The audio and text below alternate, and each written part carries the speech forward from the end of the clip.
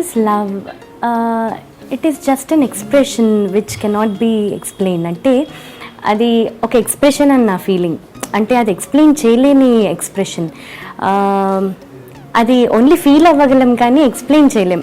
అంటే లవ్ ఎలా ఉంటుంది అంటే ప్రతి దాంట్లోనూ లవ్ ఉంటుంది. ఇప్పుడు హస్బెండ్స్ లవ్ కానివ్వండి, మదర్స్ లవ్ కానివ్వండి, ఏమని చెప్పాలి, నా ఫీలింగ్లో లవ్ అంటే ఇట్ ఈస్ అంటే అన్ని ఫీలింగ్స్లోకి లవ్ అనేది చాలా ఏమంటారు, చాలా ప్రెషియస్ అని నా ఫీలింగ్.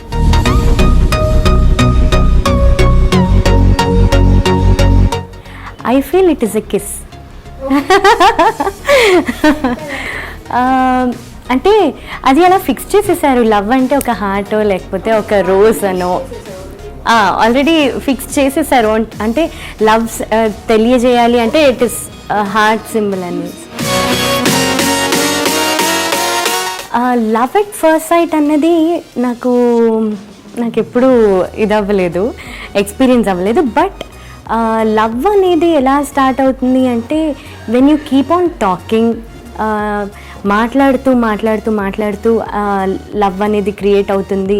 అండ్ బ్యూటిఫుల్ మూమెంట్స్లో లవ్ అనేది క్రియేట్ అవుతుంది అని నా personal feeling. Love at first sight అనేది I don't think so. Love ఏం ఎక్స్పెక్ట్ చేస్తుంది అంటే ఎలా చెప్పాలి, అంటే డెఫినెట్లీ సాక్రిఫైజెస్ ఉండాలి. అంటే అది సాక్రిఫైజెస్ అని కూడా అన్నను, sweet sacrifices. That doesn't mean అది ఒక పెద్ద సాక్రిఫైస్ లాగా నేను తీసుకోను. బట్ వాళ్ళకి ఇష్టం వచ్చినట్టు మనం ఉండాలి అన్న ఫీలింగ్ మాత్రం ఉంటుంది.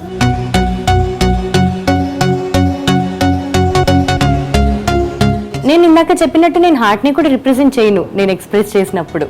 But I feel brain and heart both counts ఇప్పుడు లవ్లో. ఎందుకంటే it is both attraction and also the feelings. అంటే అట్రాక్షన్ ఉంటే కానీ మనకి ఫీలింగ్స్ రావు. So these are all interconnected. So brain and heart are really important in love. ఎందుకంటే heart express చేసిన ఫీలింగ్, ఇప్పుడు నేను ఎక్స్ప్రెస్ చేసిన ఫీలింగ్స్ వేరే వాళ్ళకి అర్థం అవ్వాలి అంటే అది బ్రెయిన్తోనే ఆలోచించాలిగా. ఓహో ఈ అమ్మాయి చేసింది అనేది బ్రెయిన్తోనే ఆలోచించాలి. So these are all interlinked, brain and heart. Yes.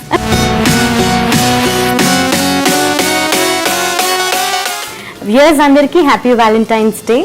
Valentine's day ఒకరోజే కాకుండా ఇయర్ మొత్తం ఉన్నన్ని ఇయర్స్, అన్ని ఇయర్స్ కూడా లవ్ని స్ప్రెడ్ చేసి అందరినీ లవ్ చేస్తూ ఎవరిని హేట్ చేయకుండా మొత్తం వరల్డ్ అంతా మీ చుట్టుపక్కల ఉన్న వాళ్ళందరికీ కూడా లవ్ని స్ప్రెడ్ చేయాలని చెప్పి కోరుకుంటూ, అందరూ హ్యాపీగా ఉండాలని చెప్పి కోరుకుంటూ థ్యాంక్ యూ సో మచ్.